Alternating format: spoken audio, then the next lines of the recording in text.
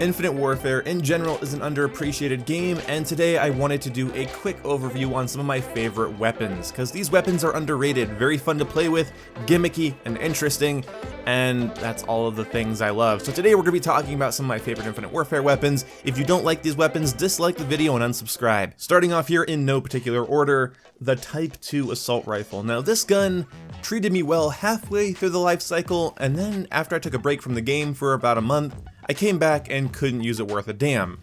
But its gimmick is that it splits into two dual-wielding SMGs. I love hybrid weapons in FPS games, and a fast-firing, relatively accurate AR with reflecting shots that bounce off of surfaces that I can then transform into an SMG. Sorry, two dual-wield capable SMGs. That's really fun, and I had a lot of fun playing with this gun when the game first came out. Again, I don't know what happened with me, I just kind of stopped using it later on, but as like the first gimmicky weapon I really sunk my teeth into in this game, I enjoyed the hell out of it. There's also a variant that splits into two shotguns, but I don't have that variant. I never thought to buy it because it seemed unnecessary. Now, this game had a Venom X launcher that was very strange and was interesting in the way it worked, but I hated the damn thing. What I liked was what launched with the game, and that was the P-Law launcher. This was a charge-up railgun style thing that would kill anybody with one direct hit. It was really fun to snipe score streaks with this, and taking out people across the map with it was always an unexpected surprise for them, and I genuinely loved it. It's just a cool concept for a launcher, and I hope we see it return. Also, a quick little side note, I absolutely adore this tar grenade that has like a rocket built into it that makes it fly forward and explode wherever it is. It's like a Simtex with a jet engine on it, and it's amazing, and I really loved it. Again, kind of a high risk, high reward, high skill piece of equipment that I thoroughly enjoyed using. And then the dome shield. Yes, it's super Halo-y, but I think it actually worked in Infinite Warfare with its map design and some of the objective placements. I really liked capturing a domination point under the protection of a bubble shield. It just felt cool. The next gimmicky thing that I thought was fun, but not that useful, was an attachment, not a gun. And this was the Smart Target or the Smart Shot. Oh shit, I can't remember. But either way, it was a sight that if you gave it enough time would lock on to enemies and make sure that all of your pellets landed perfectly on target. You might think that sounds overpowered, but never throughout the life cycle of IW did I find it to be overpowered or even annoying. I think I was actually surprised when I found one player that actually knew how to use it. But there's a real big trade-off here. You have to wait for this sight to lock on to a player, and in that amount of time in Infinite Warfare, you can die. You can die like 3 times over, it feels like, in the time it takes for this thing to lock on in close quarters.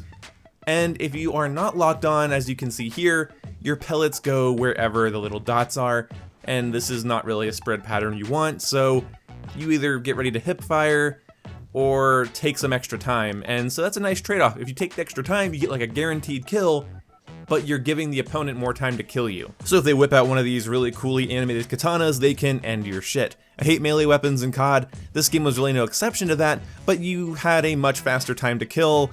And I don't know, I was never irritated by melee weapons in this game because there wasn't a super large amount of them that oversaturated the loot pool, and really this sword just has cool animations. The next weapon is the R-VN, a rifle that I adore because it doesn't split into SMGs, it splits into deadly defibrillators that you can melee your opponents with.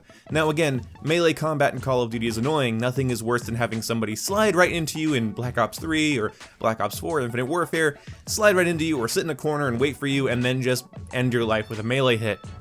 But I have to admit, this was cool. Like, yeah, annoying sometimes, but it was cool. And this variant that I had specifically, I can't remember the name of it, but this variant I saved up for because when you hit somebody with it, it creates an explosion. So you could potentially damage multiple opponents by sneaking in behind them and using a single defibrillator blast. It had to make contact with the enemy, which wasn't terribly hard, but this was a fun gun because it was a accurate kind of mid-range assault rifle that you could convert into a melee weapon.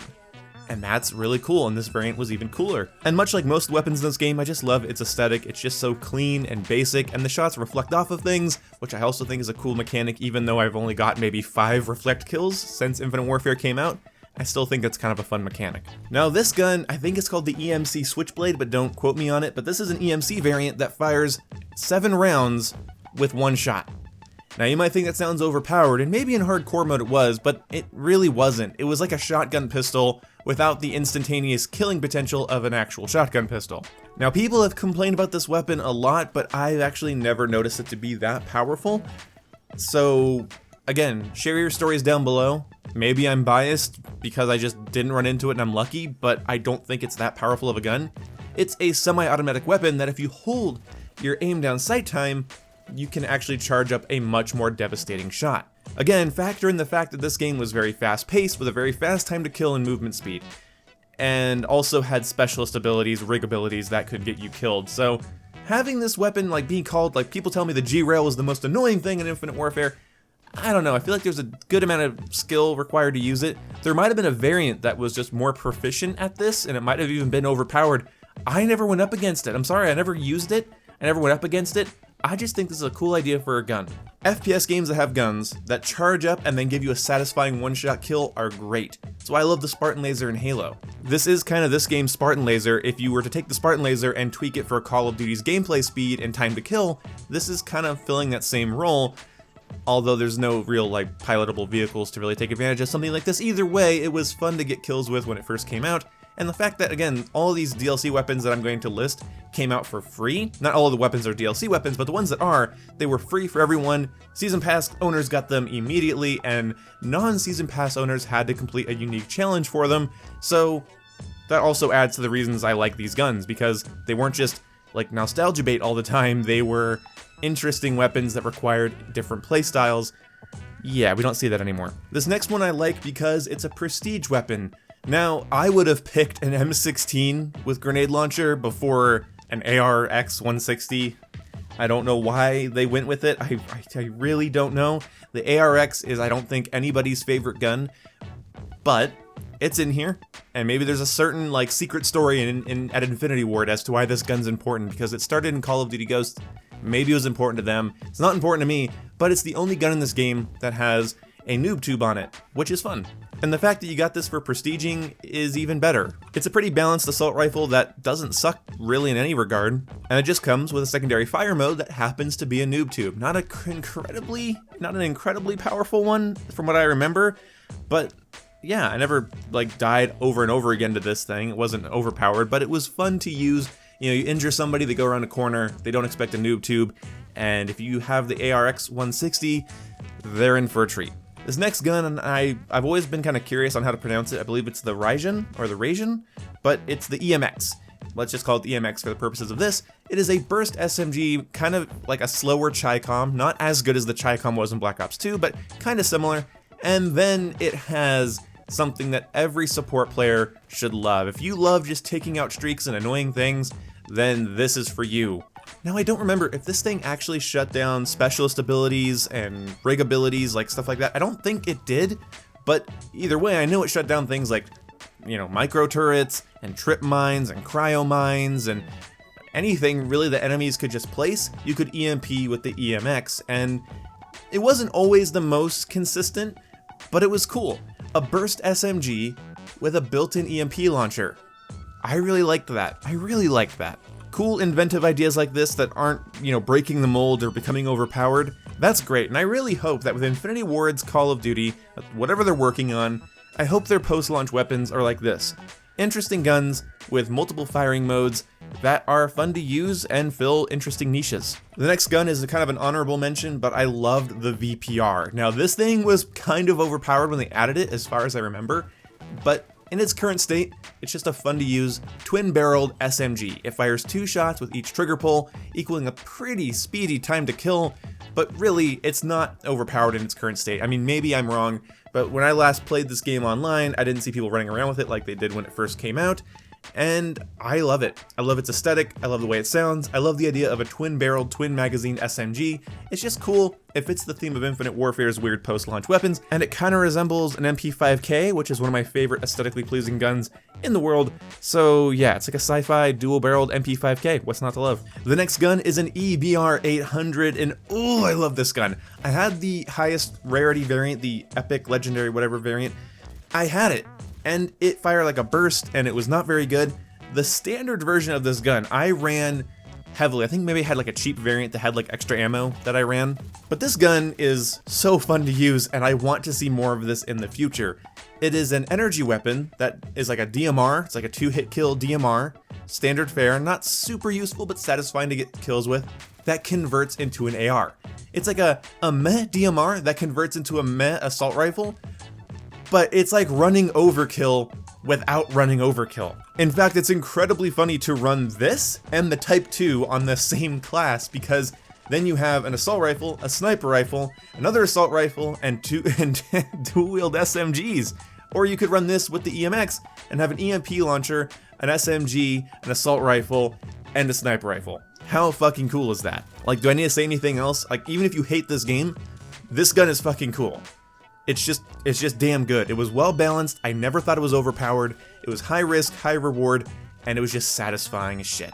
Our next honorable mention goes to a variant of the HVR that you get from completing some mission team assignments, and this one is a dual wield variant. It's the gun, but it's ran dual wield, and it's incredibly fun to use. When I think of this game's variant system and just how interesting it was, it bothers me that so many people disregarded it immediately, because some of the variants, again, were just different guns that could be earned through various challenges, or just by grinding up enough currency to outright buy them. You could argue it took too long to get the higher end variants, and I would agree with you to a certain extent. But these two guns aren't going to make you win any matches, they're not going to make you a god, they're just interesting. It's a nice change of pace, and that's fun. Variants like this just change the way you have to play instead of being blatantly overpowered. So this is just a great dual wield close range SMG combo. Now, before the Auger was an overpowered DMR in Black Ops 4, that name belonged to this minigun. And that's all I'm really going to say about it. It's a minigun that revved up as you fired it. Now, there were variants of this that were a little bit more useful. I think one allowed you to dual wield them.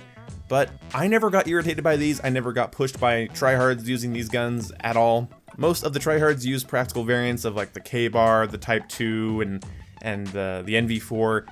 They didn't really use stuff like this, but when, some people were pretty proficient with it, I never got good with this gun. But it was fun to play around with. Apparently it's very good in hardcore, but I don't know why that's even a talking point. Everything's good in hardcore. And I just love the fact that one day I woke up and heard that there was a fucking minigun in my inventory just for having the season pass. I believe there was a variant with increased reload speed, and so I think I used that. I don't remember if it was in the same update, but they also added a 44 Magnum. Just a no frills 44, and I adore this thing. I absolutely adore it. See, people did not like the handgun, like the revolver that was in this game when it came out, because it was like a weird burst handgun. I don't remember what it was called. I remember not liking it and being kind of disappointed, because every Infinity Ward COD up to that point had a cool 44 Magnum revolver equivalent, and yeah, it was kind of disappointing, but then they added in for free the 44 Stallion, and I adore it. It was high risk, high reward, skill shots only, please. Yeah, games with fast-paced movement and time to kill with skill cannons, I will take 4.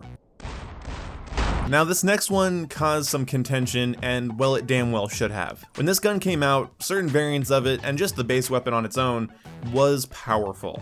But after some nerf buffs, they made this thing pretty good. This is the Protus Shotgun Sniper Rifle Hybrid. This gun is simple. If you hip fire it while it's in sniper mode, your pellets go everywhere and it's a dirty mess. If you aim down sight, your pellets are as tight as a slug shot, and you can use it as a one-shot, one-kill sniper rifle.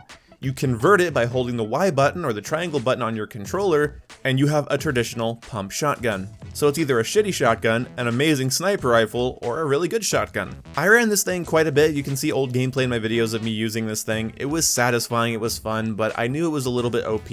Now, I believe in its current state, it's not that overpowered, and when I see it online now, it doesn't really bother me. I'm not really too put off by it, and maybe the reason I'm not put off by certain guns in this game is, again, the TTK is so fast, you're not going to dominate me with something that's breaking the meta.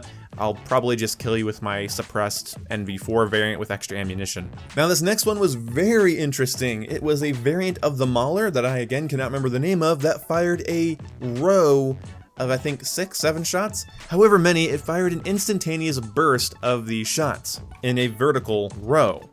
Now, you might think that's incredibly overpowered, and I remember thinking it was a little bit cheesy, but if enemies are in the air or strafing, this gun's actually kinda shit. But if you were going to play conservatively and watch a lane that didn't have a lot of cover on it, this would be a really good weapon. Catching an unsuspecting opponent out in the open with this thing, you can maul them pretty good. Oh, that's probably why it's named the Mauler. But you can do that pretty well. But if they're like moving around and trying to kill you, this thing's weird fire rate and vertical column of shots actually makes it hard to track people. At least it was for me. Maybe it was overpowered in your hands or in your enemy's hands. I thought this thing was well balanced, and I thought it was hecka cool to use. Hecka? Whatever. Now, we're getting to my favorite gun, and this is kind of a longer video than I thought it'd be, but I'm actually kind of okay with that. We're talking about the Atlas, baby, and the Atlas is perfection. This is what post-launch weapons should be. This is probably one of my favorite top 10 FPS guns, no joke. There's something about this gun that I love. I don't know if it's the aesthetic or its function that takes precedent when I'm thinking about it, but I love both equally. So this is a badass LMG with a side-mounted magazine design. It's also behind the trigger, so it's like a side-mounted bullpup LMG with amazing iron sights, where its secondary fire function is a smoke grenade that slowly travels, leaving a trail of smoke behind it.